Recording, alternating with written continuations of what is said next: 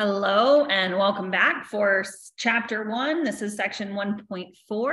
So I will be talking about kind of the foundations of the field of psychology and then how the field has grown and changed and the different kind of theoretical and approaches to studying how people get along, how the mind works, how people interact, all about human behavior. So let's get going. Okay, so the birth of psychology. There is a guy, he's actually in this picture, the old guy sitting down with the beard. His name is Wilhelm Wundt. It's a W, is Wilhelm Wundt. And he is actually credited with the nickname of the father of psychology.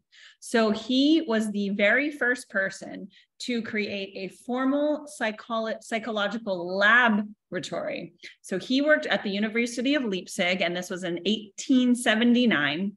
And this is how he got this name. So he actually conducted the first psychological experiment in a laboratory. So basically, and I wish I was alive in 1879. I was like 100 years later, born 100 years later. So if you can do the math.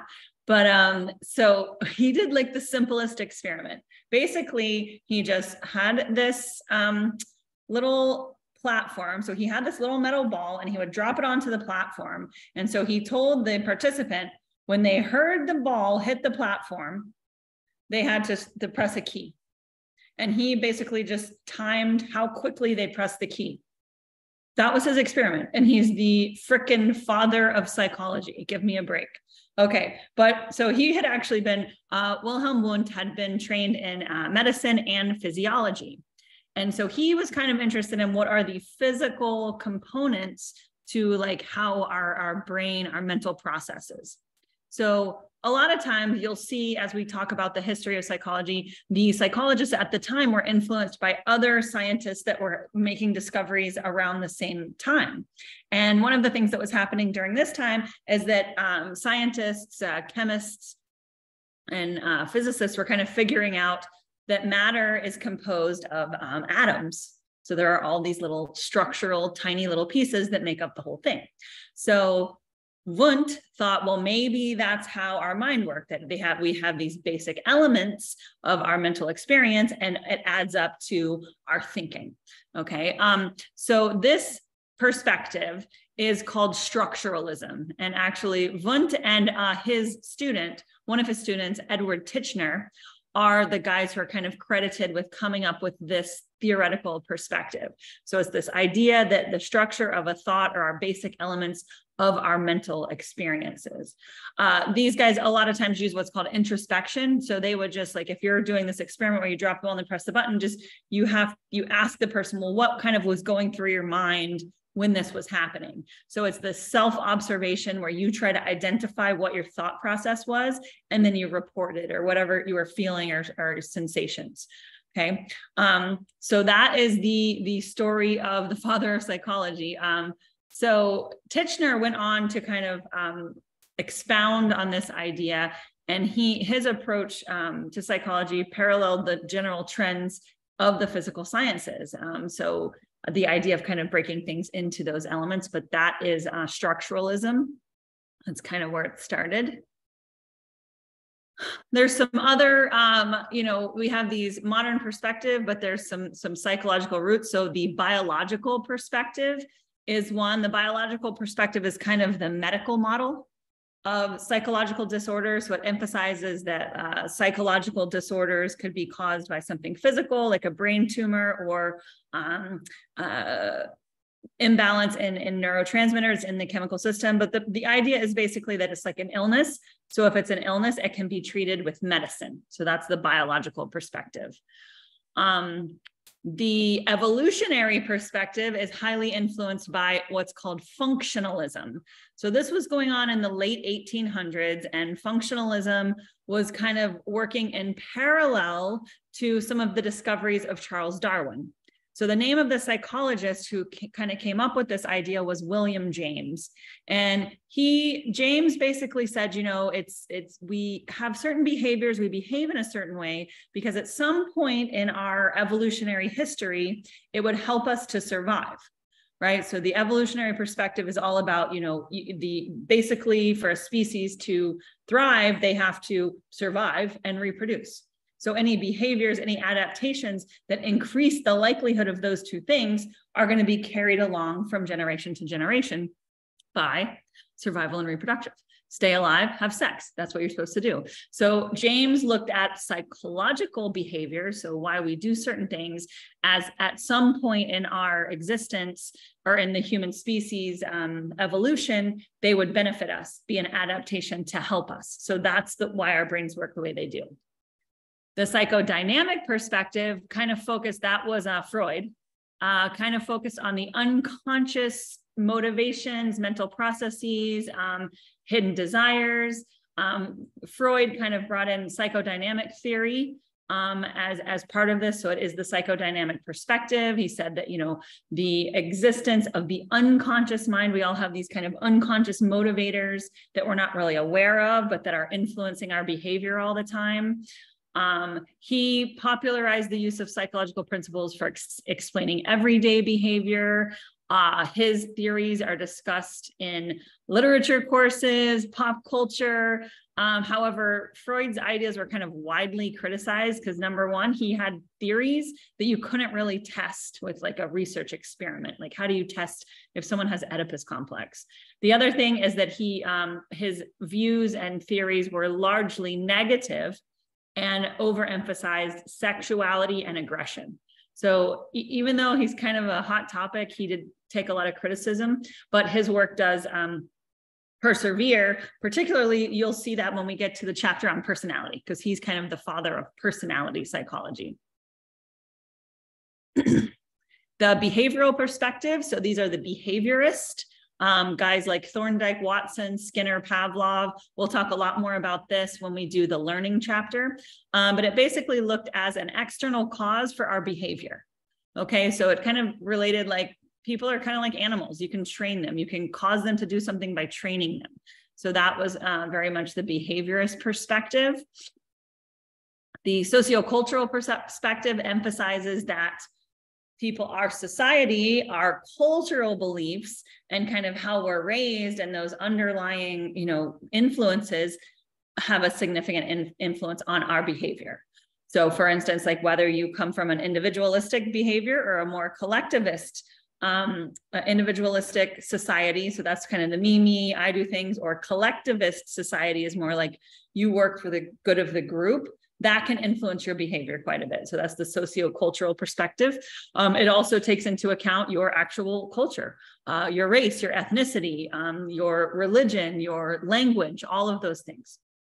The humanistic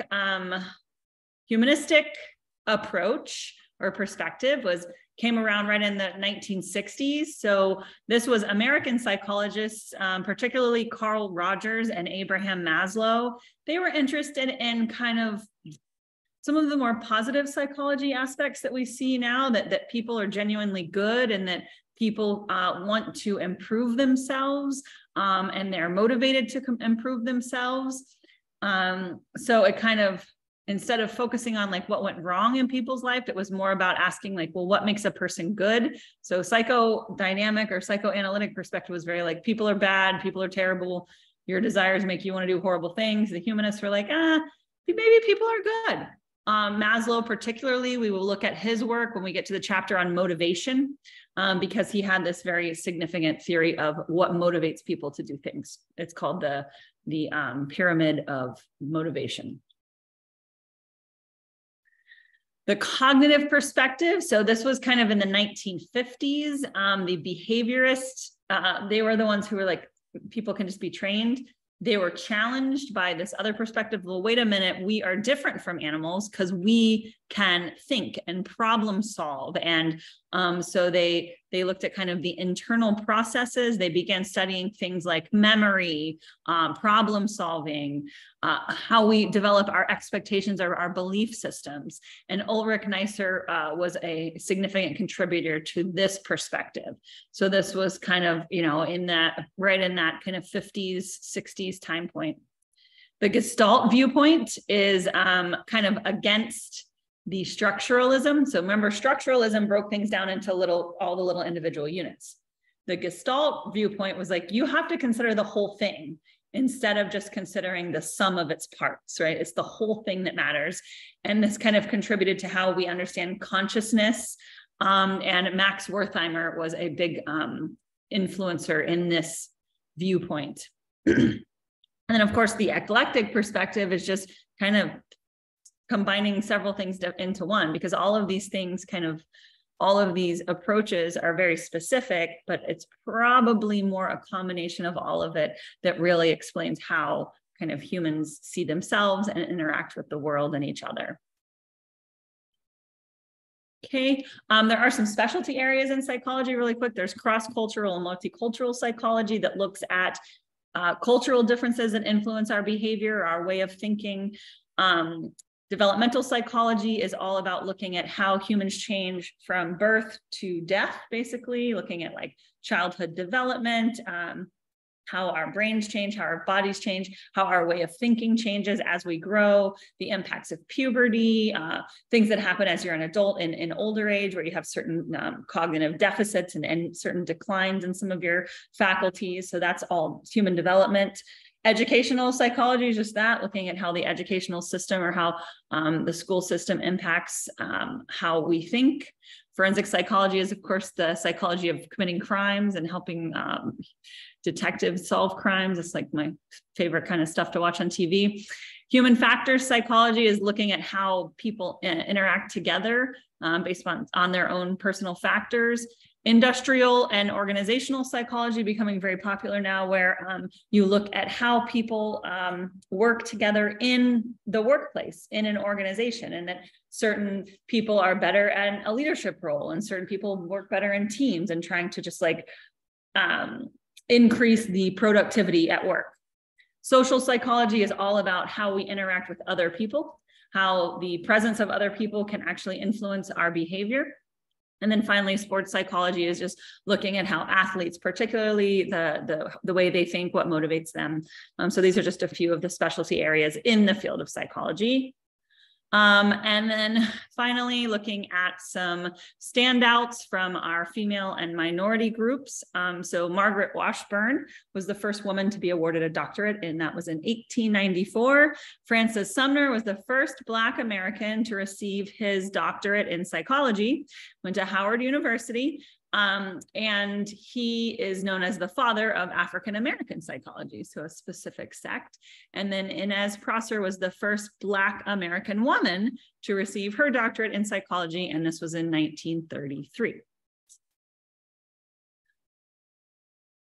Women and minorities have made great progress in the field of psychology, and today we have about 3/4 of the psychologists with masters and PhDs are women. So it is a very woman-dominant profession. However, there are still some underrepresentation as far as minorities. Today, only about 20% of all doctorates in psychology are awarded to minorities. So there are some programs that the APA has established and continues to fund to try to attract more minorities to the field of psychology. This is super important because if you only have the perspective of one group, it's really not telling the whole story. So diversity among scientists, among psychologists, really expands the knowledge base and the kinds of questions we ask, and the way of doing things is so much better when you have a very diverse group of people who are really looking at it from all the various perspectives. Finally, your written reflection for this very last video 4 of chapter 1. First of all, kind of think about why were there so few women involved in the founding of psychology? Remember when I went through all the kind of the father of this, the father of that, there was no mother of anything, right? There was no women involved in kind of those founding perspectives. So think about why that was. And then I want you to select one of the approaches, one of the ones that I mentioned, identify its kind of key assumptions, what they were really believing was going on, and then think about the point of view women might have brought to that perspective. So you pick one approach and say, what would women have maybe looked at something a little differently and made that approach kind of different or changed it or improved it somehow. So make sure you are writing all of your written reflections as one discussion post for chapter 1. Make sure to turn that in. And that is it for chapter 1. We made it through, guys. Yay.